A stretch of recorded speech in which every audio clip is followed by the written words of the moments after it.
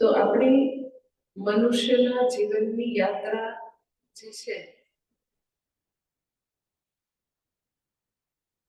એને તમે એવી રીતે જોઈ શકો કે મનુષ્યનું જીવન જે છે કર્મ અને કર્મફળની યાત્રા છે.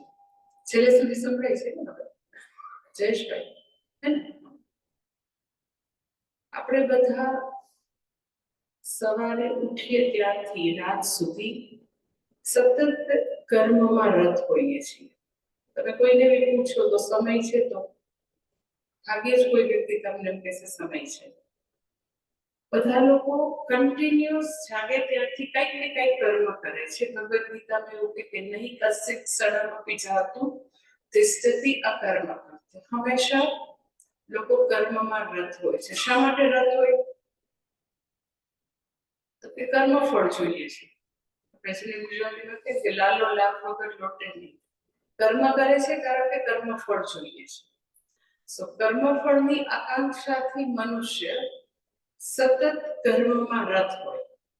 જે બી વ્યક્તિ, કે સિમ્પલ કોઈ વ્યક્તિ ક્યાંક નાનકડી જોબ કરે છે, રિસર્ચની, કે કોઈ ડોક્ટર છે, કે કોઈ એન્જિનિયર છે, કે કોઈના ઘરમાં હાઉસ હેલ્પ તરીકે કામ કરે છે, તો બધા જ સવારથી કર્મ માટે દોડતા જ રહેતા હોય છે. શા માટે? તો કે બધાને નેચરલી કર્મફળ જોઈએ છે. અગર કર્મફળની ઈચ્છા ન હોય તો કોઈ લોકો કોઈ કર્મ ન કરે. તો હવે સવાલ એ છે કે મનુષ્યનું જીવન અગર કર્મ અને કર્મફળની યાત્રા છે, તો તમને લાગે છે કે બધાને હંમેશા ઈચ્છિત કર્મફળ મળે, રિઝલ્ટ આપણે ધારીએ એવું હંમેશા મળે એવું તમને લાગે છે? કર્મ કરે છે વ્યક્તિ, નો ડાઉટ, હંમેશા કાર્યરત હોય. તમે કોઈને બી કહો તો કે ના, જરાય ટાઈમ નથી. કોઈ બી લેવલની વ્યક્તિ, એ એકદમ જ એ કંપનીનો ટોપ મોસ્ટ અધિકારી હોય કે પછી નીચે ચપરાસી કે ક્લર્ક જેવી વ્યક્તિ હોય, બધા જ લોકો તમને ટાઈમ નથી. બધા લોકો ખૂબ જ કર્મ કરે, ચાહે પોતાની પ્રોફેશનલ લાઈફ હોય, ચાહે ઘર હોય, ચાહે સમાજનું કામ હોય, ચાહે ધર્મનું કામ હોય, બધા લોકો તમને કર્મમાં રત જ દેખાય. કારણ કે કંઈક કર્મફળ જોઈએ છે, કંઈક સિદ્ધ કરવું છે. પણ તમને લાગે છે હંમેશા આપણે ધારીએ એવું બધું સિદ્ધ થાય છે? તો બધાનો પોતાનો એક અંગત અનુભવ એવો છે કે ના ધારીએ એવું હંમેશા સિદ્ધ નથી થતું. કોઈ વાર થઈ બી જાય છે, પણ બહુ બધી વાર નથી બી થતું. એટલે જે ભગવદ ગીતાના બીજા અધ્યાયમાં કર્મયોગની વાત જ્યારે ભગવાન કરે છે, ત્યારે કર્મયોગની અંદર એવું આવે કે 4 પ્રકારના કર્મફળ છે. એક આપણા ઈચ્છા મુજબનું, એક ઈચ્છાથી વધારે, એક ઈચ્છાથી ઊંધું અને એક ઈચ્છાથી ઓછું. એટલે તમે એને કહી શકો કે એક બાજુ મોર એન્ડ ઇક્વલ આવે, એક બાજુ લેસ એન્ડ અપોઝિટ આવે. આપણી ઈચ્છાથી ઓછું, આપણી ઈચ્છાથી ઊંધું, આપણી ઈચ્છાથી વધારે, આપણી ઈચ્છા જેટલું. તો બહુ બધા લોકો મને એમ જ કહેશે, માતાજી ઈચ્છાથી આપણે ધાર્યું હોય એનાથી વધારે કર્મફળ, કે આપણે ધાર્યું હોય એવું કર્મફળ ઓછી વાર આવે છે, વધારે વાર તો લેસ એન્ડ અપોઝિટ કર્મફળ આવે છે, કે જે ધાર્યું ન હોય એવું ઊંધા પાસા પડતા હોય. લાઈક હું તમને એક્ઝામ્પલ આપું કે હમણાં જ મહાશિવરાત્રીના આગલે દિવસે અમારે ત્યાં હું મહાશિવરાત્રી કરવા માટે રાજકોટ ગઈ હતી, તો અમારા ડ્રાઈવર કોઈને એરપોર્ટ લેવા ગયા હતા, બોમ્બેથી આવતું હતું કોઈ. તો મેં તો આટલું બધું મોડું તને કેમ થઈ ગયું લઈને આવતા? મને કે માતાજી, કોઈ વ્યક્તિ બિચારી ઓટો રિક્ષામાં દર્શન કરવા જઈ રહ્યા હતા, પરિવાર ઓટો રિક્ષામાં શાંતિથી.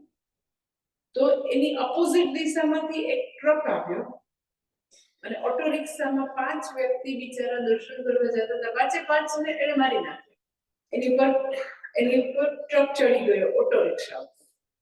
હવે જે પોતાના ઘરેથી રાજકોટથી જે લોકો દર્શન કરવા ગયા હોય, એટલે એકદમ પ્લાનિંગ કરીને ઓટો રિક્ષામાં આખા પરિવારને દર્શન કરવા લઈ જતા હોય, હવે એક્ઝેક્ટ એની અપોઝિટ દિશામાંથી ટ્રક આવે ને ધસમસતો ટ્રક આવે અને એની પર ફરી જાય. તો જ્યારે વ્યક્તિ ભગવાનના દર્શન કરવા નીકળી કોઈ રિક્ષામાં, તો એવી તો કઈ ગણતરી ન જોઈ ને કે આખો પરિવાર જે છે એ આમાં પૂરો થઈ જશે. જ્યારે દર્શન કરવાનું કર્મ કરી રહ્યા છીએ તો ભગવાન પાસે દર્શન કરવાનું ફળ જોઈએ છે, નહીં કે ભગવાન પાસે પહોંચી જવાનું. તો બિચારા પાંચે પાંચ પહોંચી ગયા, એમાં કોઈ 6 મંથનું બેબી બી હતું, નાના બધા મરી ગયા.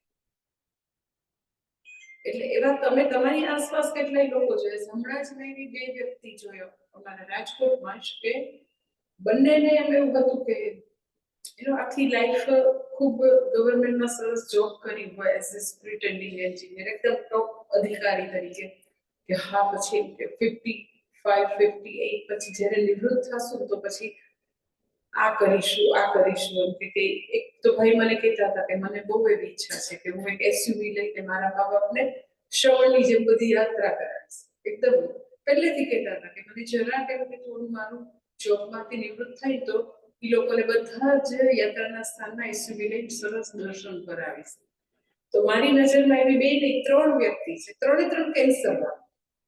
એકને લીવરનું કેન્સર, એકને બ્લડ કેન્સર અને એકને બીજાને લીવરનું cancer. 2 liver cancer, 1 blood cancer. અને બધા 55 ક્રોસ કરીને એવું હતું કે જ્યારે નિવૃત્ત થાય પછીથી આવી નિવૃત્તિની લાઈફ જીવીશું, કે માતા પિતાની સેવા કરશું, કે આપણે આટલા જપ કરવા છે તો કરશું, આટલી યાત્રા કરવી છે તો કરશું, એટલું એક મ્યુઝિકનું ઇન્સ્ટ્રુમેન્ટ શીખવું છે તો કરવું છે. તો વ્યક્તિ જે છે એ એવા કર્મફળની ક્યારેય કોઈને ઈચ્છા નથી, પણ એવા કર્મફળ આવી જતા હોય કે વ્યક્તિને કેન્સર આવી જાય, વ્યક્તિને ભયંકર રીતે બધી જ આર્ટરી બ્લોક હોઈને એટેક આવી જાય, કે બહુ મોટી બાયપાસ સર્જરી આવી જાય, અનેક વસ્તુ આવી જાય, કે એવડે મોટું એક્સિડન્ટ થઈ જાય. એક વ્યક્તિ મને ખબર છે, યુવાનો 24-25 યર્સનો, તો એની સગાઈ થઈ ગઈ હતી અને એને એવો એક્સિડન્ટ થયો કે એનું નાનું બ્રેઇન જે છે ને એટલી બધી ભયંકર રીતે એમાં ઈજા થઈ કે એની અમુક જે સિસ્ટમ જે છે એ ચાલતી બંધ થઈ ગઈ, અને એ પછી હવે ભીખ ને બધું પકડીને જ ચાલી શકે, એનું કાયમ માટે બેલેન્સ જતું ગયું. પછી એને પોતે જ સગાઈ તોડી નાખી કે ના, હવે હું નોર્મલ લાઈફ જીવવાને લાયક જ નથી. તો લાઈફ જે છે એ આપણને ક્યારેય એવું પ્રોમિસ નથી આપતી કે હવે પછીની જિંદગી જે છે ફૂલોની પથારી છે. લાઈફમાં કયા સમયે કેવા પ્રકારના કર્મફળો પાકશે કોઈને ખબર નથી. કેવો રોગ આવશે, કેવું એક્સિડન્ટ થશે, કેવા પ્રકારે શેર બજાર જે છે ટોટલી ભાંગીને ભૂકો થઈ જાય, 1 વર્ષ સુધી ઊભું ન થાય એવું શેર બજારની હાલત થશે. કોઈ બિઝનેસમાં એટલો મોટો વ્યક્તિને ખોટ આવી જશે, કોઈને ખબર નથી. કે બાળક જે છે એને ભણવા મોકલતા હોય હોશે મા બાપ, અને એમ જ થાય કે એ ભણવા જ જતું હશે બચ્ચું, અને એની બદલે બાળક જે છે એ 3-4 ફ્રેન્ડ હારે 14 વર્ષનો છે, 3-4 ફ્રેન્ડ રોજ બાર ફરવા ગયા છે અને બારે બેસીને રોજ સિગરેટ પીવે, 14 વર્ષના છે. તો લાઈફમાં ખબર નથી કે પોતાના પર્સનલ લેવલે કેવા પ્રકારની ચેલેન્જ આવશે in terms of disease or business, પછી પોતાનું પછીનું જે પર્સનલ ફેમિલી જે છે એમાં કેવા પ્રકારની મુશ્કેલી આવશે કોઈને ખબર નથી. એટ ધ સેમ ટાઈમ પ્રકૃતિના લેવલે કેવા પ્રકારની મુશ્કેલી આવી જશે, સમષ્ટિમાં કોરોના આવી જશે, કોને ધાર્યું હતું? કોઈ ક્યારેય એવી કલ્પના જ ન કરી શકે કે આખો દેશ સજ્જડ બંધ થઈ જાય, આખા રોડમાં એક ચકલું ન ફરકે, અને બધા ખુદના પોતાના જે બ્લડની લોહીની સગાઈ હોય એવી વ્યક્તિનું પણ મોઢું જોવા તૈયાર નહીં થાય, એવું તો કોઈ દિવસ ક્યારેય કોઈ કલ્પના ન કરી. જ્યારે પીક ઉપર તો કોરોના, તો એવા કેટલાય એવા હતા, મને ખબર છે બનાવો બન્યા છે કે એક કોઈનું ડેથ જે છે કોરોનામાં દિલ્હીમાં કેમ થાય છે, તો સગો એનો ભાઈ જે છે કે ના, હું મારા સગો ભાઈ ના હું ન આવું એનું અંતિમ સંસ્કાર કરવા, હોસ્પિટલ વાળા કદમ કરવું એમ કરી દે. પોતાના માતા પિતાનું મોઢું ન જોવું કે મને કોરોના લાગી છે. તો લાઈફમાં પોતાના લેવલે, પર્સનલ લેવલે કેવી મુશ્કેલી આવશે, પોતાના કુટુંબના લેવલે કેવી આવશે, કે પછી સમષ્ટિના લેવલે, પ્રકૃતિના લેવલે કેવી કેવી મુશ્કેલી ભગવાન મોકલશે. આધિદૈવિક મુશ્કેલી ખબર નથી, આધિભૌતિક મુશ્કેલી ખબર નથી, આધ્યાત્મિક મુશ્કેલી ખબર નથી. આધ્યાત્મિક એટલે આપણા તરફથી આવતી બધી મુશ્કેલી, કેવા પ્રકારના ડિસીઝ હશે, કેવા પ્રકારે સંબંધો વણસી જશે. આપણે એમ થાય કે આ લોકો વચ્ચે તો કેટલો પ્રેમ છે, પતિ પત્ની વચ્ચે, બે ભાઈઓ વચ્ચે કેટલો પ્રેમ છે, આની વચ્ચે કેટલો પ્રેમ છે. પણ ભગવાનનો નિયમ એવો છે કે જે કાંઈ જીવનમાં સંયોગો થયા છે એ બધા વિયોગમાં પરિણત થાય. તો તમને 10 વર્ષ પછી થાય, અરે એક કપલનો ડિવોર્સ થઈ ગયો, લોકો વચ્ચે તો કેટલો પ્રેમ હતો. સો પર્સનલ લેવલે શું થાય છે, ક્યારેક ક્યારેક એવી ઘટના બને, કોઈને નથી ખબર. પોતાના કુટુંબના લેવલે શું થઈ શકે ખબર નથી, કે પછી અધિદૈવિક સમષ્ટિના લેવલે કેવું કેવું થશે કોઈને ખબર. ને હું જ્યાં તમને નેરેટ કરું છું, વર્ણન કરું છું, તો એ તમારા બધાનો બી અનુભવ હોય કે આધ્યાત્મિક, આધિભૌતિક, આધિદૈવિક. આધિદૈવિક એટલે પ્રકૃતિના લેવલે, આધિભૌતિક એટલે પોતાના કુટુંબીજનો અને સમાજના લેવલે, આધ્યાત્મિક એટલે ખુદના લેવલથી. તો અનેક પ્રકારની મુશ્કેલીઓ રોજ દિવસ ઉઠે અને આવતી રહેતી હોય. તો હવે સવાલ એ છે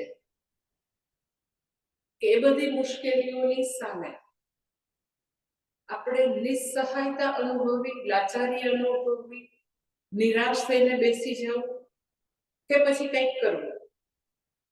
મેં તમને કીધું, મનુષ્યનું જીવન એ કર્મ અને કર્મફળની યાત્રા છે. ટોટલી આપણને એવું લાગે કે બધે જ આપણને હેલ્પલેસનેસ ફીલ થાય. આપણે આપણી જાતને હેલ્પલેસનેસ સિચ્યુએશનમાં ચાલુ રાખીએ તો ફ્રસ્ટ્રેશન આવે અને પછી લેટર ઓન ડિપ્રેશન આવે. હવે આપણને ચોઈસ છે કે આવું બધું તો આવવાનું જ છે, આમાં કોઈને ચોઈસ નથી કે જીવનમાં દરેક લેવલે મુશ્કેલી આવે. કોઈ કે અમાર તો કઈ નથી થયું, એવું વખાણ કરવા જેવું છે જ નહીં, કારણ કે ક્યારે શું થશે કોઈને ખબર નથી. હમણાં જ જે મને રાજકોટમાં એક પરિવાર જે છે, તો એટલા સાવ ડિસાઇડેડ, જીવનમાં કોઈ જ પ્રકારની મુશ્કેલી, અને સડનલી તો કે આવી ગયું કેન્સર, અને એ લોકોએ ટ્રીટમેન્ટ લીધી ને એવી હોસ્પિટલ આવી ગઈ લીવર કેન્સરમાં કે ના તો ફર્સ્ટ થઈ ગયું છે ને કઈ વાંધો નહીં આવે. અને ત્યાં મને મારી પાસે 15 દિવસ પહેલા જ મેસેજ આવ્યા કે ભાઈનું ડેથ થઈ ગયું. વાર્તા પૂરી. એટલે લેસ ધેન 1 યરમાં વાર્તા પૂરી થઈ ગઈ. લેસ ધેન 1 યર થશે. હા, 1 વર્ષ એ નથી થયું. 1 વર્ષ પહેલા એના લાઈફમાં કોઈ કલ્પના ન કરી હોય કે આપણા વચ્ચેથી આ વ્યક્તિ આમ એક્ઝિટ થઈ જશે ફટાફટ. એટલે હવે આપણી પાસે ચોઈસ છે કે જીવનમાં ક્યારે કેવા પ્રકારની મુશ્કેલી કયા લેવલે આવશે. ચાહે રોગના લેવલે આવશે, ચાહે પૈસાથી આવશે, ચાહે સગાવાલાથી આવશે, ચાહે સમાજથી આવશે, ચાહે કોરોના જેવી બીમારી આવશે, ચાહે ફિનાન્શિયલ મંદી આખા ભારતમાં, આખા વિશ્વમાં આવશે, વૈશ્વિક મંદી, કોઈને કઈ ખબર જ નથી કેવા પ્રકારે બધું વસ્તુ આકાર. તો હવે સવાલ એ છે કે આવા પ્રકારની જ્યારે મુશ્કેલીઓથી ગ્રસ્ત મનુષ્ય જીવન હોય, આવી સંભાવનાઓથી ગ્રસ્ત, અને એવી બધી વસ્તુ આવે જ્યારે આપણી સામે ઊભી રહે, ત્યારે હેલ્પલેસનેસ ફીલ કરી ડિપ્રેશન સુધી પહોંચવું, ફ્રસ્ટ્રેટ થવું, રડવું, માથા કૂટવા, વ્યક્તિ જે છે એને ફરિયાદી બનીને સતત રડ્યા કરવું, કે પછી આપણા શાસ્ત્ર કંઈક બીજું સોલ્યુશન આપે છે. હવે સવાલ ત્યાં છે કે શાસ્ત્ર મને કંઈક કહે છે કે મુશ્કેલી આવે તો મારે શું કરવું.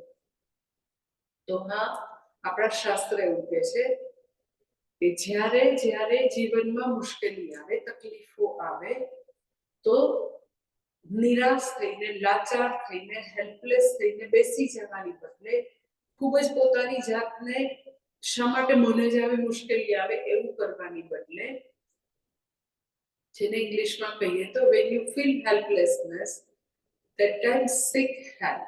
That is intelligent living. બધી બાજુથી સતત નિરાશા લાગે, તકલીફ લાગે, એવું લાગે કે એવી સંભાવનાઓ છે જો બધાના જીવનમાં આવે તો આપણા જીવનમાં બી ગમે ત્યારે આવી શકે. તો બુદ્ધિપૂર્વકનું જીવન એ છે કે જ્યારે નિસ્સહાયતા લાગે તો મદદ માંગો. શીખા મદદ માંગો. ક્યાંથી મદદ માંગવાની? તો કે નેચરલી મદદ કરી શકે એની પાસેથી મદદ માંગવાની. ધારો કે એનો હું કહું કે આપણે અત્યારે ભાઈલીમાં આશ્રમ બની ગયો છે તો ઓમકારેશ્વર મહાદેવનું મંદિર બની રહ્યું છે. તો મને મંદિર બનાવવા માટે માની લ્યો કે મંદિર 2 કરોડનું થવાનું છે, સપોઝ 2 કરોડનું મંદિર. તો પછી હું ત્યાં આગળ જે લેબર કામ કરતા હોય છે બિચારા ડેઈલી વેજીસ ઉપર 300 રૂપિયા કમાતા હોય અને એની પાસે કાંઈ આગળ પાછળ રૂપિયા ન હોય. હું કહું કે આ જો 2 કરોડનું મંદિર છે, તારે મને દાન કરવાનું છે મંદિર માટે. તો ડેઈલી વેજીસ વાળા જે છે મને મદદની જરૂર છે, પણ મારે મદદ when you feel helplessness, when you need help, ત્યારે તમે જાઓ કોઈ પાસે હેલ્પ માટે. પણ કોની પાસે જવાનું? તો કે જે હેલ્પ કરવા માટે સક્ષમ હોય એની પાસે. એ ડેઈલી વેજીસ વાળા છે એ સક્ષમ નથી. મને બી મારા જીવનમાં મુશ્કેલી આવે તો મારા સગાવાલા પાસે રડવાનું, મમ્મી પપ્પા પાસે રડવાનું, કોની પાસે રડવાનું? તો કે મને શક્તિની જરૂર છે, મને મદદની જરૂર છે. તો મદદ માંગીશું પણ કોની પાસે? સર્વશક્તિમાન પાસે. So when you feel helplessness, seek help from ભગવાન. ભગવાન જે છે એ મને મદદ કરી શકશે. એટલે સૌથી પહેલું પ્રાર્થનાનું કોઈ પ્રયોજન હોય તો આ છે કે જીવનમાં અનગિનત અવરોધો આવશે, ભૂતકાળમાં બી આવેલા છે અને આખી લાઈફ આવશે. શા માટે આવશે? તમે એમ કેવું ખાતરીપૂર્વક કેવી રીતે કહો છો? આવશે એટલા માટે કારણ કે મનુષ્યનું જીવન એને શાસ્ત્રમાં મિશ્ર યોનિ કહે છે. મિશ્ર યોનિ. મિશ્ર યોનિ એટલે શું? તો કે મનુષ્યના જીવનમાં વણમાંગ્યું પાપ પણ આવશે, વણમાંગ્યું પુણ્ય પણ આવશે, વણમાંગ્યું સુખ પણ આવશે, વણમાંગ્યું દુઃખ પણ આવશે. એનું નામ મિશ્ર યોનિ. મિશ્ર યોનિમાં જન્મ્યા છીએ. જો ખાલી પુણ્ય પાક્યું હોત, ખાલી સુખ જમવાનું હોત તો આપણો જન્મ સ્વર્ગમાં થાત, ઉર્ધ્વલોકમાં આપણે જન્મ. ખાલી દુઃખ ભોગવવાનું હોત તો અધોલોકમાં જન્મ થાત. પણ ન તો ઉર્ધ્વલોકમાં જન્મ છે, ન તો અધોલોકમાં, ભૂલોકમાં આપણે જન્મેલા છે. તો પૃથ્વી લોકનું લક્ષણ જ એ છે કે એમાં જન્મતા મનુષ્યો ના કર્મ ફળોમાં સંચિત કર્મમાંથી પાપ અને પુણ્ય બંને પાકેલા છે. બંને પાકેલા છે એટલે વણમાંગ્યું સુખ બી આવશે, વણમાંગ્યું દુઃખ બી આવશે. એટલે પ્રાર્થનાનું સૌથી પહેલું પ્રયોજન કે જીવનમાં આવતા અવરોધો, દુઃખ, તકલીફ, નિરાશા, લાચારી, એમાં શોકાવિષ્ટ થઈને બેસવાની બદલે આપણે સર્વશક્તિમાનની શક્તિનું આવાહન કરીએ છીએ આપણી લાઈફ. આપણા એકલાથી મુશ્કેલી દૂર નથી થતી. એટલે એ શક્તિનું આવાહન કેવી રીતે થાય? તો કે પ્રાર્થના દ્વારા. જેવી તમે પ્રાર્થના કરો એટલે સર્વશક્તિમાન એની શક્તિ જે છે એ આપણને આપણી લાઈફમાં આપે. આપણે જ્યાં આગળ અટકેલા છીએ ત્યાં આગળ આપે. એટલે એની પાસે જેને કહેવાય આટલી થોડી શક્તિ એવી નથી, ટોટલ શક્તિ, સમગ્ર વીર્ય, સમગ્ર શ્રી, સમગ્ર શક્તિ, સમગ્ર અનુગ્રહ, સમગ્ર નિગ્રહ, બધું જ ટોટલ માત્રામાં જેનામાં છે એનું નામ ભગવાન. જેની પાસે ષડભગ છે, બધું જ પૂર્ણ માત્રામાં છે, એ મદદ કરવા માટે સક્ષમ છે. આપણો પ્રોબ્લેમ એવો છે કે આપણને જ્યારે બી મુશ્કેલી આવે, બધાને નાની મોટી મુશ્કેલી આવતી હોય તો આપણે લગભગ ઇન્વેરિયેબલી એની કમ્પ્લેન આપણી આજુબાજુના લોકોને કરવામાં આપણો સમય વ્યતીત કરીએ. આપણે દુઃખી થઈએ, એ દુઃખનું ગાણું ગાયા કરીએ. બીજા શબ્દોમાં કહીએ તો દુઃખનું દુઃખ આપણને લાગ્યા જ કરે, દુઃખની વાત કોઈને કહીને દુઃખનું દુઃખ ઉભા કર્યા કરીએ. In other word helplessness feel કરીએ કે આમાં તો કાંઈ નથી થતું. પ્રાર્થનાનું સૌથી પહેલું પ્રયોજન એ છે કે વ્યક્તિ ખબર છે કે જીવનમાં ગમે ત્યારે મુશ્કેલી આવશે, કારણ કે પાપ જે છે એ અનફોલ્ડ થશે તો મુશ્કેલી આવશે. તો વ્યક્તિ શું કરશે પોતાની લાઈફમાં? તો કે વ્યક્તિને ખબર છે કે મનુષ્ય તરીકે આપણે શક્તિમાન છીએ પણ સર્વશક્તિમાન નથી. એટલે મને મારી નિસ્સહાયતાનું ભાન છે, લાચારીનું ભાન છે. કેટલે અંશે આપણે કંઈ મેનેજ નથી કરી શકતા, બધું કંટ્રોલ નથી કરી શકતા, એ નિસ્સહાયતા ખબર છે. એટલે વ્યક્તિ પ્રાર્થના ત્યારે કરી શકશે જ્યારે પોતાની નિસ્સહાયતા ખબર છે. First thing. સેકન્ડ થિંગ, એને એ ખબર છે કે ભગવાન છે એ સહાય કરી શકશે કારણ કે સર્વશક્તિમાન છે. હું નિસ્સહાય છું પણ ભગવાન સર્વશક્તિમાન છે. અને ત્રીજું સ્ટેપ છે કે પહેલું કે હું લાચાર છું, બીજું ભગવાન સર્વશક્તિમાન છે, અને ત્રીજું મને ભગવાન ઉપર પૂર્ણ શ્રદ્ધા છે, વિશ્વાસ છે. એટલે ભગવાનની શરણે હું જાઉં છું. એટલે ભગવાનની શરણે જવું એ સહેલી વસ્તુ નથી.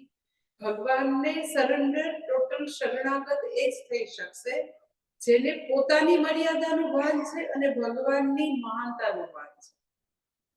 પોતાની મર્યાદાનું ભાન છે કે કંઈક થોડું કંટ્રોલ કરી શકે, બધું ન કરી શકે. કે વિજ્ઞાન આજે મેડિકલ સાયન્સ છે તો એ ઘણું બધું કંટ્રોલ કરી શકે છે, એવું નથી કે નથી કરી શકતું. છતાં ભગવાન છેલ્લું હાસ્ય તો ભગવાનનું જોઈ છે, લાસ્ટ લાભ ભગવાનનું જોયું. તો પહેલા લોકો ખાલી મેલેરિયાથી ડેથ થઈ જતું હતું, ટાઇફોઇડથી ડેથ, કોલેરાથી ડેથ થઈ જતું હતું, માણસો મરી જતા હતા. તો ભગવાન એમ કે ઓકે હવે એનાથી આગળનો થોડો અઘરો દાખલો આપી દો. પછી એ પ્રોબ્લેમ સોલ્વ કર્યો તો કે હજી વધારે અઘરો દાખલો આપી દો. એટલે ભગવાન જે છે, મેડિકલ સાયન્સ, આપણે સાયન્સ અને ટેકનોલોજીથી બહુ બધી વસ્તુઓ, બહુ બધી મુશ્કેલીઓ ને કંટ્રોલમાં રાખવાની કોશિશ કરીએ છીએ, છતાં બધું આપણાથી કંટ્રોલમાં નથી થતું.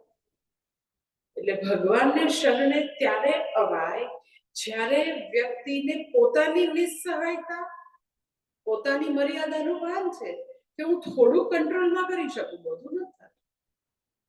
અને ભગવાનની મહાનતાનું ભાન છે કે એ સર્વશક્તિમાન છે, એ ચાહે એ કરી શકશે. એ દિવસ હોય તો રાત બી બતાવી શકે, રાત હોય તો દિવસ બતાવી શકે, એ બધું જ કરી શકે. એ સંકલ્પ માત્રથી સૃષ્ટિનું સર્જન કરી શકે, એ વિસર્જન બી કરી શકે, સર્જન બી કરી શકે. તો વ્યક્તિ, બધા જ લોકો ભગવાનના શરણે નથી આવી શકતા, બધા પ્રાર્થના નથી કરી શકતા, કારણ કે વિચારશીલતાનો અભાવ છે.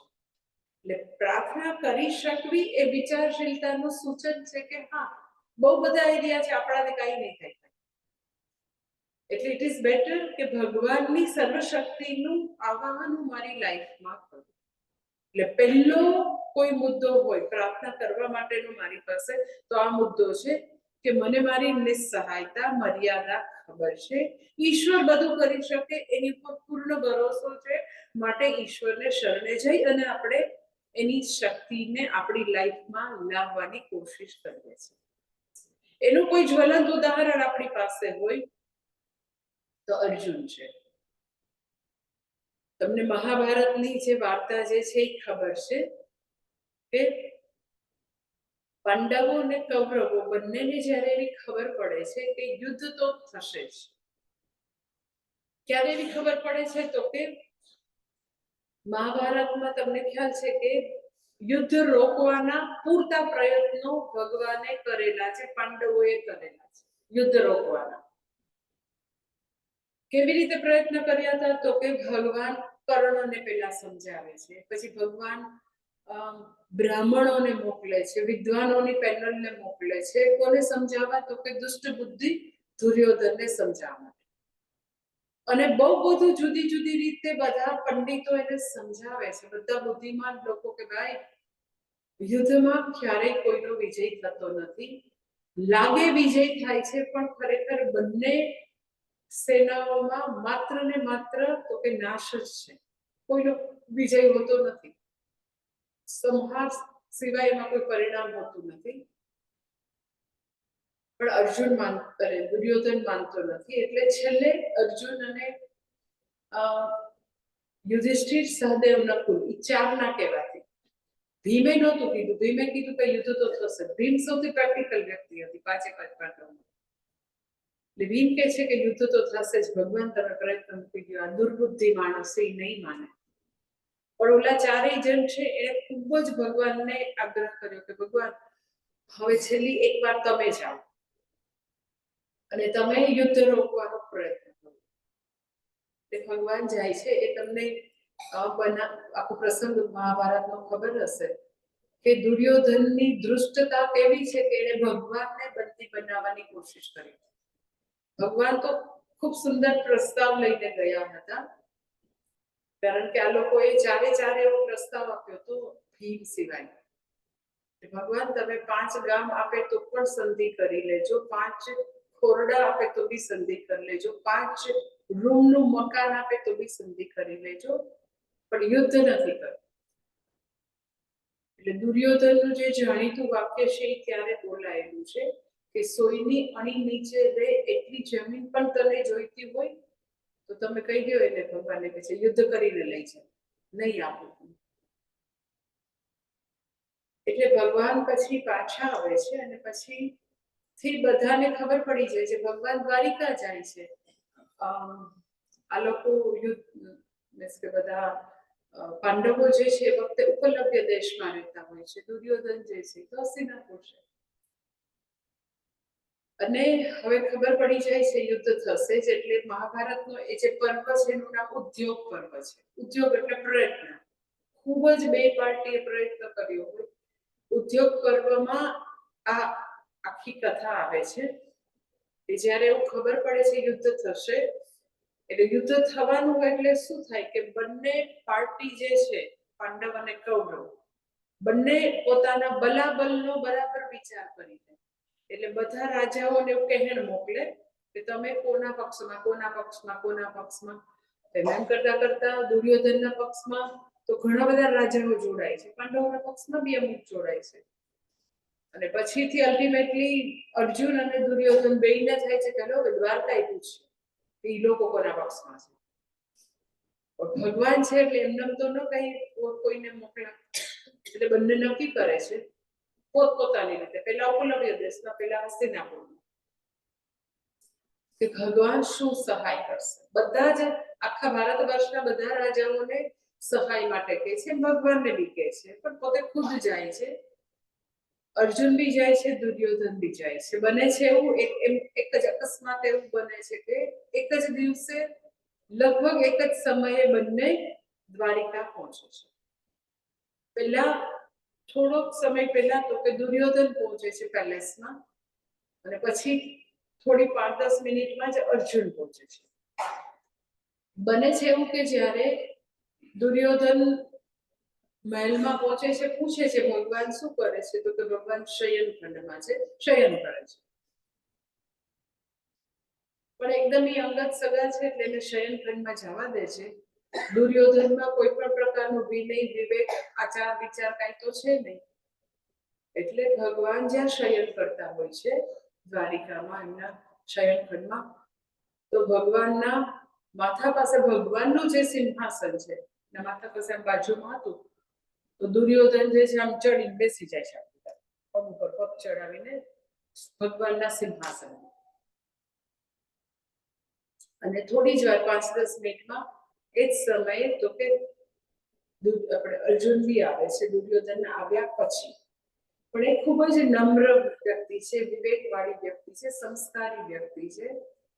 જોવે છે ભગવાન શયન કરી રહ્યા છે એટલે ભગવાનના ચરણો પાસે ખાલી હાથ જોડીને ઊભો રહે છે કે ભગવાન રાજાધિરાજ છે, એ મને આજ્ઞા આપે તો મારાથી બેસાય, એમને થોડી ને બેસાતું હશે. એટલે એ ઊભો રહે છે હાથ જોડીને કે ભગવાનની જ્યારે શયનમાંથી આંખ ખુલશે એ કહેશે તો બેસી શકે. અને થોડી વારમાં ભગવાનની આંખ ખુલે છે, તો નેચરલી આંખ ખુલે તો વ્યક્તિ સામે જોવે, આમ તરત આમ તો ન જોવે ને, એટલે સામે જોવે છે તો એ અર્જુનને આમ હાથ જોડેલા ઉભો જોવે છે એટલે તરત જ ભગવાન કહે છે કે તું કેમ છો, કુંતી માતા કેમ છે, બધા ભાઈઓ કેમ છે, એવું બધું કુશળ સમાચાર પૂછે છે. તો દુર્યોધનને તો એમ લાગે છે હું તો રહી ગયો, હું અહીં છું, એમ પોતાની હાજરીનું ભાન ભગવાનને કરાવે છે. એટલે ભગવાન સાઈડમાં જોવે, એટલે તું આવી ગયો છો? હા, એની પહેલા આવી ગયો. ભગવાન કે વાત તો સાચી, પણ મારી તો નજર પહેલા કોની ઉપર પડી? અર્જુન ઉપર પડી. તું વહેલો આવ્યો હોય તો બરાબર છે, પણ મેં તો આને પહેલા જોયું છે. એટલે બંને કહે છે કે અમે મદદ માટે આવ્યા છે. તો ભગવાન કે પણ મારી નજર જેની ઉપર પડી ને પહેલા એને ચોઈસ કરી. તો કે શું છે તમારી પાસે ચોઈસમાં? તો ભગવાન કહે છે મારી પાસે એક અક્ષોહિણી સેના છે, નારાયણી સેના, યાદવી સેના, અજય સેના છે, જેને કોઈ હરાવી ના શકે. યાદવોને ખાલી યાદવ જ હરાવી શકે એવી અજય સેના છે, વન પટેલ, એક અક્ષોહિણી સેના. અને બીજું મારી પાસે જો આપવાનું કઈ હોય તો હું ખુદ છું, હું પોતે. પરંતુ આખા યુદ્ધમાં હું ક્યારેય શસ્ત્ર ઉઠાવીશ નહીં. દુર્યોધને કોઈ દીની જિંદગી પ્રાર્થના નથી કરી, પહેલી વાર પ્રાર્થના કરી કે ભગવાન આ કાળિયાને માંગી લે, કૃષ્ણને માંગી લે. મારે આને યુદ્ધમાં એક મોટું જમાડવું કામ ભાઈ? યુદ્ધમાં આને રાજાધિરાજને લાવી, જેની આખી દ્વારિકા નગરી સોનાની છે, એવા રાજાને લઈ મારે ધ્યાન રાખવાનું. યુદ્ધમાં શસ્ત્ર તો ઉપાડવા નથી, આંગળીમાં મૂકવા. એ ભગવાન આ દુર્બુદ્ધિ આપજો. આને માંગી લે એનો. અને ભગવાન કહે છે જો અર્જુન પહેલા આવ્યો તો મને પસંદગીનું પહેલા આપું છું, પસંદગી કરી શકે છે પહેલા. અને આખ્યાયિકામાં તમને ખબર છે કે અર્જુન એક પણ ક્ષણનો વિચાર કર્યા વિના, એક પણ ક્ષણ, ભગવાન જેવું એનું વાક્ય પૂરું કરે કે માંગી લે અર્જુન, ઇમિડિયેટલી કહે છે કે મને ભગવાન આપ જ જોઈએ. એટલે દુર્યોધનનો શ્વાસ નીચે બેઠો. હાશ, મૂર્ખો છે, મૂર્ખાનો મૂર્ખો જોઈએ એકદમ. અને એટલો દુર્યોધન હરખાતો પોતે શયનખંડમાંથી ભગવાનને પ્રણામ કરીને બહાર નીકળે છે. અને બહાર નીકળીને તરત જ સેનાને માર્ચનો ઓર્ડર આપે છે કે ફટાફટ હસ્તિનાપુર સેનાને રવાના કરી દો, કારણ કે દ્વારકાથી હસ્તિનાપુર એટલે દિલ્હી, જલ્દીથી બસ પહોંચી જાય અજય સેના. અને જેવું દુર્યોધન જાય છે એટલે ભગવાન અર્જુનની સાથે મશ્કરી કરે છે. મહાભારતમાં એવા શ્લોક છે કે ભગવાન કહે છે કે અર્જુન તારે આવું કરવાની કેમ જરૂર હતી? તે કદાચ નારાયણી સેના માંગી હોત, નારાયણને ન માંગ્યા હોત, મારી સેના માંગી હોત, તો આપણા બેયની વચ્ચેની જે મિત્રતા છે, પ્રેમ છે, એ થોડીને ઓછું થવાનું હતું. તારે હવે ઇમોશનલ ફૂલ બનવાની ક્યાં છે? એટલે અર્જુન જે છે એ ભગવાનને કહે છે કે ભગવાન એક તો મુશ્કેલીમાં છું, અને અત્યારે તમને મશ્કરી શું છે? ભગવાન કમો, તમને ખબર છે કે મેં તમને શું કામ માંગ્યા છે? અને પછી અર્જુન એ વખતે મહાભારતમાં શ્લોક છે કે એ જણાવે છે કે ભગવાન તમને ખબર છે કે જય અને પરાજય વચ્ચે તમે ઊભા છો. જય અને પરાજય વચ્ચે ભગવાન છે એટલે શું? કે દેખીતો પરાજય અમારો દેખીતો પરાજય. અગર તમે અમારી સાથે છો, જેની સાથે કૃષ્ણ છે ત્યાં હંમેશા વિજય છે. તમને ખબર છે મારો દેખીતો પરાજય નક્કી છે, મને ખબર છે, પણ જ્યારે કૃષ્ણ તત્વ એમાં વળી જાય તો દેખીતો પરાજય છે એ વિજયમાં પરિણત થઈ જશે. શા માટે દેખીતો પરાજય? તો કે તમને ખબર છે મારી પાસે તો 7 જ અક્ષોહિણી સેના છે, એ લોકો પાસે 10 છે. હવે તમે એક આપી એટલે એની 10 વત્તા 1 એટલે કેટલી થઈ ગઈ? 11 થઈ ગઈ. તો યોદ્ધા તરીકે સંખ્યા બળમાં ઈ લોકો વધારે છે, મને નથી ખબર પડતી, હું આખા ભારતનો, મારા ગુરુ મને એવું કહે છે દ્રોણાચાર્ય કે હું આખા ભારતનો સર્વશ્રેષ્ઠ ધનુર્ધર છું. તો મને ખબર નહીં પડે કે બલાબલમાં એ લોકો મારાથી વધારે છે, 10 છે ને પાછા 11 થઈ જશે. અને મારી પાસે જે દુર્યોધન પાસે અજય યોદ્ધા છે, એક પણ યોદ્ધા નથી. એક તો સંખ્યાબળમાં વધારે છે, 11 અક્ષોની મારી સાથે. એની પાસે ભીષ્મ પિતામહ છે, જેને ઈચ્છા મૃત્યુનું વરદાન છે. મારી પાસે ઈચ્છા મૃત્યુ વાળી એક બી વ્યક્તિ નથી. એની પાસે કર્ણ છે, જેની પાસે અમોઘ શક્તિ છે, મારી પાસે નથી. એની પાસે દ્રોણાચાર્ય છે, જેના હાથમાં જ્યાં સુધી શસ્ત્ર રહેશે ત્યાં સુધી કોઈ એનો વધ નહીં કરી શકે. તો મારી પાસે મારા ગુરુ નથી. મારા ગુરુ સામે કાંઠે જઈને બેઠા દ્રોણાચાર્ય, જેને આવું વરદાન છે. એની પાસે અશ્વત્થામા છે, જેને ચિરંજીવીનું વરદાન છે. તો એની પાસે જે મહાન યોદ્ધા છે, એની પાસે જયદ્રથ છે, જેના માથાને જમીનમાં પાડનારના માથાના 100 ટુકડા થઈ જાય એવું એને વરદાન છે. તો એનો પણ જવાબ અમારી સેનામાં નથી. સંખ્યાબળ ઓછું, અજય યોદ્ધા એક પણ નહીં. અને છતાં મને પૂર્ણ વિશ્વાસ છે, પૂર્ણ શ્રદ્ધા છે. યત્ર યોગેશ્વર કૃષ્ણ યત્ર પાર્થો ધનુર્ધર તત્ર શ્રી વિજય. જ્યાં કૃષ્ણ ભગવાન છે ત્યાં ચોક્કસ 100% ત્યાં વિજય હોવાનો. ત્યાં જ નીતિ, ત્યાં જ ધર્મ, ત્યાં જ બધું છે. તમે શું મસ્તી કરો ભાઈ મારી યાર? એક તો હાલત મારી આવી ખરાબ છે, તમને અત્યારે મસ્તી શું છે? એટલે જય અને પરાજય વચ્ચે હંમેશા ઈશ્વર ઉભા છે. આપણે જ્યારે ઈશ્વરનું વર્ણન કરીએ એટલે આપણો જય છે એ નિશ્ચિત, વિજય છે એ નિશ્ચિત થઈ જાય. એટલે ભગવાનને આગળ કહે છે કે ભગવાન, મેં મારી લાઈફમાં યોદ્ધા તરીકે જે કાંઈ પ્રયત્નો કરવા જોઈએ, પુરુષાર્થ કરવો જોઈએ, મારા લેવલે જે ઉદ્યોગની અપેક્ષા છે એ મેં પૂરેપૂરી કરી લીધી છે. વનના 12 વર્ષ વત્તા 1 વર્ષ જે હતું ત્યારે કોઈ પણ પ્રકારે મેં એને અમસ્તા વ્યય નથી કરેલો. એ બધા જ વર્ષો દરમિયાન ઉગ્ર તપસ્યા કરીને બધા દૈવી વેપન્સ પ્રાપ્ત કરેલા છે. પશુપતાસ્ત્ર હોય કે નંદીઘોષ નામનો રથ હોય, જે કઈ દિવ્ય શક્તિ અસ્ત્ર શસ્ત્ર ભેગા કર્યા છે, કઈ સમય નથી બગાડ્યો લાઈફમાં. એટલે એઝ અ હ્યુમન બીંગ હું બેસ્ટ પરફોર્મ કરી શકું. જે મારાથી થઈ શકે એ બધા કર્મો કરી લીધા છે. પછી હવે ઘટતું પહોંચો તો તમારી કૃપા છે. મારાથી થાય તો બધું કરી લીધું છે. પછી ઘટે છે તો તમારો અનુગ્રહ ઘટે છે. જો તમારો અનુગ્રહ નહીં હોય, તમે મારી સાથે નહીં હોય, તો ગમે તેટલું મારું સંખ્યાબળ વધારે હશે, મને વિજય નહીં મળે.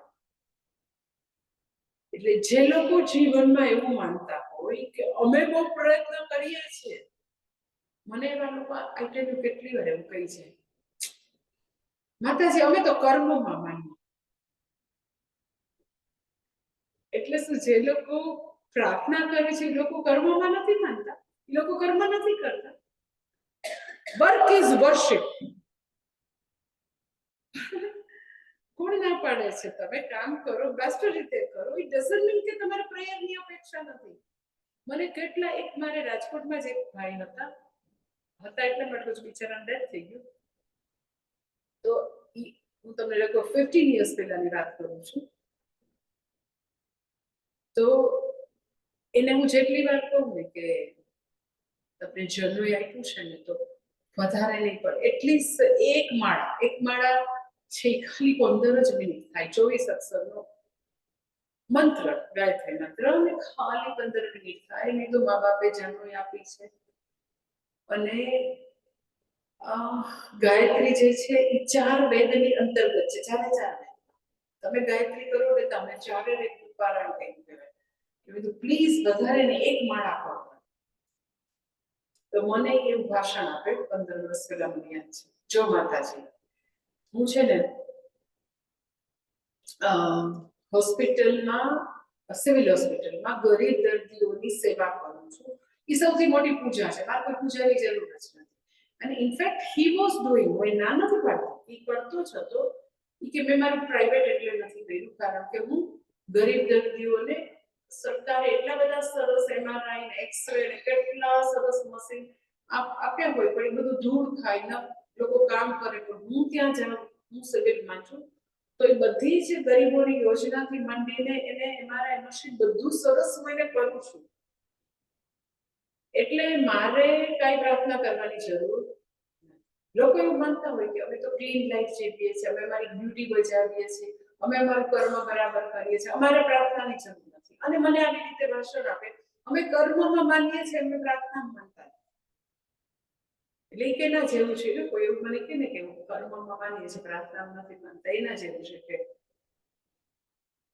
તમે એમ કહો ને કે મનુષ્યને જીવવા માટે અમે ખોરાકમાં માનીએ છીએ, પાણીમાં નથી માનતા.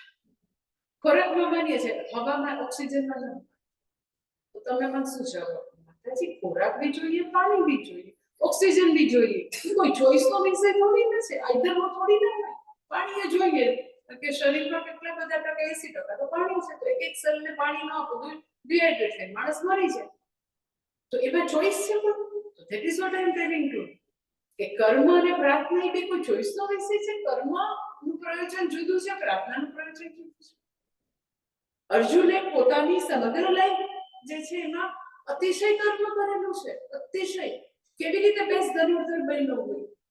દ્રોણાચાર્ય મૂર્ખા હતા, એને કીધું કે તું જ બેસ્ટ ધનુર્ધર હોઈશ, ને હતો બેસ્ટ ધનુર્ધર. અવશ્ય વસ્તુ બન્યો.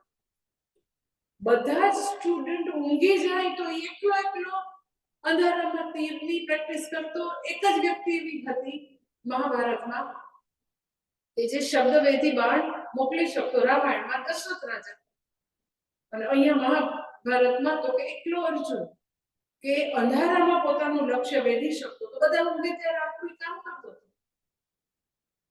તો ઇન્વેરિયેબલી આ ભાઈ મને બહુ જ કહેતા કે હું તો ગરીબ દર્દીની સેવા કરું, એ કરતો જ હતો. ના નથી.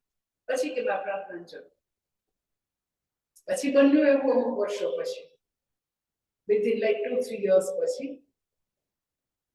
એની દીકરી જે છે એને બીજે મેડિકલ કોલેજમાં એડમિશન મળ્યું.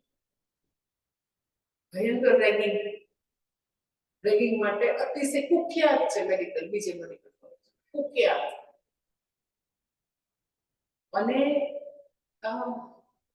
એવી રીતે દીકરીઓને ઉછેરેલી હોય રાજકોટ જેવા ગામમાં, પ્રોટેક્ટેડ એકદમ જ.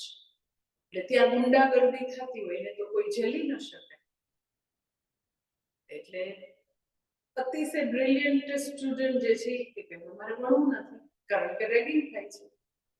તો મેં કીધું એ લોકો પર કેસ કરો. તો કે જેની પર કેસ કરો એ 5 વર્ષ પછી જ એક્ઝામિનર બનીને આવશે, પોસ્ટ ગ્રેજ્યુએશનમાં એક્ઝામિનર બની. કેવી રીતે કેસ કરો? પેલી કે હું બીએસસી કરી લઈશ, પણ હું ભણીશ નહીં હશે. એકદમ હોનહાર વિદ્યાર્થી ન ભણે તો શું થાય? મા બાપની કસા દશા લેવાય છે. બીજું બચવાનો રસ્તો છે ખરો. મેડિકલમાં જતી રહે અને સ્કોર કરશે, છે રસ્તે. કે શું સોમેશ્વર ભગવાન રાજકોટમાં આપણું બહુ જ બ્યુટીફુલ મંદિર છે. ત્યાં બેસીને મા બાપ ને દીકરી કરવા માંડો માળા, અને ચમત્કાર 100% થશે. તમે કરવા માંડો. ભોળાનાથને કયો, કારણ કે એ સર્વશક્તિમાન છે. તો એ રેગિંગને ઝેલવાની શક્તિ જ આપે, બીજું કોઈ ના આપે. અને યુ વિલ નોટ બિલીવ કે 3 જણા પ્રાર્થના કરવા માંડ્યા મંદિરમાં બેસીને, અને વિધિન 15 થી 20 દિવસમાં એ બીજે મેડિકલમાં જતી રહી. અને બાકીના ફર્સ્ટ MBBS થી છે પીજી સુધી કેટલા બધા લોકોને એને સાચા ટ્રેક ઉપર લઈ આવી શકે. એ છોકરીમાં એટલી તાકાત આવી ગઈ કે કેટલા લોકોને એને સારા ટ્રેક ઉપર. પછીથી ઈ દિવસથી આજ સુધી આખું ફેમિલી પ્રાર્થના. ઘણીવાર ભગવાન આપણને એવું લાગે મુશ્કેલી મોકલે, એ કદાચ ભગવાન સાથે જોડવા માટે બી મુશ્કેલી મોકલતા હોય, તમને આપણને નથી ખબર. પણ આ એક બહુ જ એવી ભ્રામક માન્યતા છે. અમે કર્મમાં માનીએ, અમે પ્રાર્થના નથી માનતા. ઇડિયોટિક થિંકિંગ છે. કર્મ તમે ગમે તેટલું કરો છતાં પણ જીવનમાં આવતી બધી મુશ્કેલીઓને નાથી શકાતી નથી, એની ઉપર આપણો કંટ્રોલ હોતો નથી. આપણે કર્મ કરીએ પણ આવતા અવરોધોનું ભગવાન બરાબર એને કંટ્રોલમાં કરે એના માટે પ્રેયર છે. ઇટ ઇઝ એક્ઝેક્ટલી લાઈક કોઈ વ્યક્તિ કોઈ કંપનીમાં બે પાર્ટનર હોય, એક એમ કે હું વર્કિંગ પાર્ટનર છું, બીજું એમ કે હું ઇન્વેસ્ટ કરવા વાળો પાર્ટનર, પૈસા રોકવા વાળો પાર્ટનર, જેને આપણે સ્લીપિંગ પાર્ટનર કહીએ કે એ દેખાય નહીં કોઈ દિવસ કામમાં. એમ આપણા જીવનની યાત્રામાં આપણે કર્મ કરવા વાળા પાર્ટનર છીએ, ભગવાન છે અનુગ્રહ વરસાવવા વાળા, અવરોધો દૂર કરવા વાળા પાર્ટનર છે. એ દેખાશે નહીં પણ હર કદમ ઉપર એ સાથે હશે અગર પ્રેયર કરતા હશો તો. હર કદમમાં એ તમારી આગળ ચાલી અને બધી મુશ્કેલી દૂર કરી, આપણી રાહના બધા કંટક દૂર કરી અને માર્ગ જે છે એ સરળ બનાવી દેશે. એક્ઝેક્ટલી અર્જુનની જેમ. અર્જુનને માટે ભગવાન સારથી થયા એટલે શું? દરેક આવતું તીર, દરેક વેપનને કોની પાસેથી પસાર થવું પડે? પહેલા કોણ બેઠું હોય આગળ? કોણ બેઠું હોય? ભગવાનને જીવન રથ સોંપવો, ભગવાનની પ્રેયર કરવી, ભગવાનની શરણાગતિ અર્થાત ભગવાનને કહી દેવાનું તમારે આગળ હાલવાનું, જેટલા ઝેર આવે, જેટલા તીર આવે, જેટલી મુશ્કેલી આવે તમારે કહેવાનું હું શું કરીશ તો કે હું કર્મો કરીશ ને, મારાથી થાય એઝ એ હ્યુમન બીંગ હું બેસ્ટ રીતે કર્મો કરીશ. પણ ભગવાનનું આવાહન કરો તો એક્ઝેક્ટલી અર્જુનના રથની જેમ આપણા જીવનનો રથ ભગવાન હાકે અને આવતી બધી મુશ્કેલી એનામાંથી ફિલ્ટર થઈને આવે. એટલે ઘણીવાર આપણે એમ કહીએ કે શૂળીનો ઘા સોયથી ગયો એનું નામ નહીં કે ભાઈ વિષ્ણુ સહસ્ત્રનામ રોજ કર્યા છે, રોજ રુદ્રી કરી છે, રોજે ગીતાના પાઠ કર્યા છે, રોજ મહાદેવજી પાસે જઈને રુદ્રી બોલ્યા છે, રોજ ત્રંબક મંત્ર કર્યો છે, ગાયત્રી મંત્ર કર્યા છે, એ નિષ્ફળ ન જાય. એ કર્મ છે. બધા એમ કે અમે કર્મમાં માનીએ છીએ, તમે પ્રાર્થના માનો. અરે તમે અભિષેક કરો છો એ કર્મ છે, તમે પ્રદક્ષિણા કરો છો એ કર્મ છે, યાત્રા કર્મ કરો કર્મ છે, તમે સ્તુતિ બોલો તો વાચિક કર્મ છે, તમે ધ્યાન કરો તો માનસિક કર્મ છે, તો એ બી કર્મ છે. પણ એ દૈવી કર્મ છે. દેવ ભગવાનનું આવાહન કરે છે, ભગવાન તમારી વગર કોઈ અમારો ઉકેલ નથી, અમારો કોઈ આરો ઓગારો નથી, અમારા જીવનનો રથ તમારે જ રાખવાનો છે. એનો ફિઝિકલી રાહટ્યો અર્જુનનો, કારણ કે એટલો બધો એ પુણ્યશાળી હતો. પણ આપણે બી આપણા જીવનનો રથ સોંપવું હોય તો પ્રાર્થના કરવી પડે. એટલે પ્રાર્થના બી જુદા પ્રકારની. જ્યારે તમે બેસીને કાયિક પૂજા કરો, લાલાની પૂજા કરો, શિવજીનો અભિષેક કરો તો એ બી કાયિક કર્મ છે. ચેન્ટિંગ કરો, તમે પારાયણ કરો, વાચિક કર્મ છે. એટલે ભગવાન જે છે એને હું મારા જીવનમાં એક પાર્ટનર તરીકે બોલાવું છું કે ભગવાન તમારે અમારી રાહને સરળ બનાવવાની છે, અમારી રાહના બધા કંટકને, બધા અવરોધોને સતત તમારે દૂર કરવાનું છે. એટલે વિઘ્ન હર્તા તરીકે ઈશ્વરનું આહ્વાન છે. આ પહેલું પ્રેયરનું પ્રયોજન, સૌથી પહેલું પ્રયોજન કે ભગવાન સતત તમે અમારી સાથે રહો, અમારી આગળ ચાલો. એમને નહીં ચાલે એના માટે આપણે પ્રાર્થના કરવી પડશે. ખાલી કહેવાથી નહીં થાય, કર્મ કરવું પડશે તો કર્મફળ રૂપે ભગવાન આવે. કર્મ કરવું પડશે કે ચલો 15 મિનિટ ગાયત્રીની માળા કરી, 15 મિનિટ વિષ્ણુ સહસ્ત્રનામ કર્યું, 20-25 મિનિટ રુદ્રનો અભિષેક કર્યો, એ કર્મ કર્યું તો ભગવાન કર્મફળ આપે. કર્મફળ આપવા માટે કર્મ તો કરવું પડે ને. એટલે સૌથી પહેલું પ્રાર્થનાનું કોઈ પ્રયોજન હોય તો આ છે કે વિઘ્નહર્તા તરીકે ભગવાનને બોલાવીએ છીએ. કર્મ નથી કરવું, આળસુ થઈ જવું છે એટલા માટે ભગવાનનું આહ્વાન નથી. આપણે કર્મ કરવા છતાં બધું મેનેજ નથી થતું. એટલે જે મારાથી જેનું નિયંત્રણ નથી મારા હાથમાં, જે વસ્તુ મારા કંટ્રોલમાં નથી, એનો કંટ્રોલ ભગવાન લાવી અને મારી રાહને સરળ બનાવે. વિઘ્નહર્તા તરીકે ભગવાનને આપણે બોલાવીએ છીએ. એ સૌથી પહેલું પ્રયોજન છે. અને હજી બીજા પણ પ્રયોજન છે પ્રાર્થનાના, કાલે જોઈએ છે. ઓમ પૂર્ણમદ પૂર્ણમિદં પૂર્ણાત પૂર્ણમુદચ્યતે પૂર્ણસ્ય પૂર્ણમાદાય પૂર્ણમેવાવશિષ્યતે ઓમ શાંતિ શાંતિ શાંતિ. હરિ ઓમ. શ્રી ગુરુભ્યો નમઃ. હરિ ઓમ. કાલે એક્ઝેક્ટ 6:45 એટલે પ્રેયર ને શરૂ થઈ જશે. 7 વાગે પ્રવચન શરૂ થઈ જશે. પણ પ્રેયર જે છે એમાં આખું સારું છે કે તમને ખ્યાલ આવે કે વાચિક પ્રાર્થના કોને કહેવાય. એટલે કાલે શાક બધા 6:45 આવી જશો. First thing. સેકન્ડ થિંગ કે પ્રાર્થના એવો વિષય છે કે બધાને સ્પર્શે. ઘરે નાનકડા બાળકો હોય કે ટીનેજર હોય કે તો તમે હવે શનિ રવિ આવશે તો તમે એવી રીતે ટીનેજર કે યુવાન જે કોઈ તમારા દીકરા દીકરી હોય એને બી લાવી શકો છો. તો એક્ઝેક્ટ એને ખબર પડે કે પ્રેયર શેને માટે, તો એ લોકો એકદમ ભાવથી કરશે, કમિટેડ થઈને કરશે. અને માતા પિતા તરીકે સૌથી મોટી કોઈ ગિફ્ટ તમે આપી શકો તમારા બાળકોને તો એ છે કે એ લોકો રોજે નાની તો નાની 15 મિનિટની પ્રાર્થના કરે. પોતાના ભગવાન સાથે, પોતાના ધર્મ સાથે કનેક્ટ કરવું બધાને એ મોટી સેવા છે. એટલે તમે બધા જેટલા બી અત્યારે આવ્યા છો તો એવી મને તમને બધાને હું એવું કહું કે તમારા બધાનું કર્તવ્ય છે કે બધા આટલો સરસ વિષય છે. કર્તવ્ય એટલા માટે કે બધા પોતાના ઈષ્ટ દેવતા સાથે, પોતાના ભગવાન સાથે બધા જોડાય પ્રાર્થના દ્વારા. પણ ક્યારે જોડાશે? તો કે એને એનું મહત્વ સમજાશે તો, નીડ સમજાશે તો પ્રાર્થનાની. એવું રોજે તમને પ્રાર્થના શા માટે અને પ્રાર્થના વિશેના જુદા જુદા પ્રશ્નો હોય કે કરીએ તો જ ભગવાન મદદ કરે, એવા કેટલાય પ્રશ્નો એ બી બધા હું લઈ લઈશ.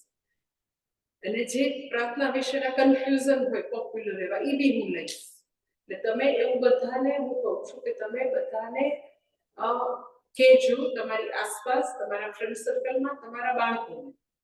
કારણ કે શનિ રવિ છે તો બધા આવશે તો વિષય બધાને એપ્લિકેબલ છે તો બધાને પ્લીઝ કહેજો.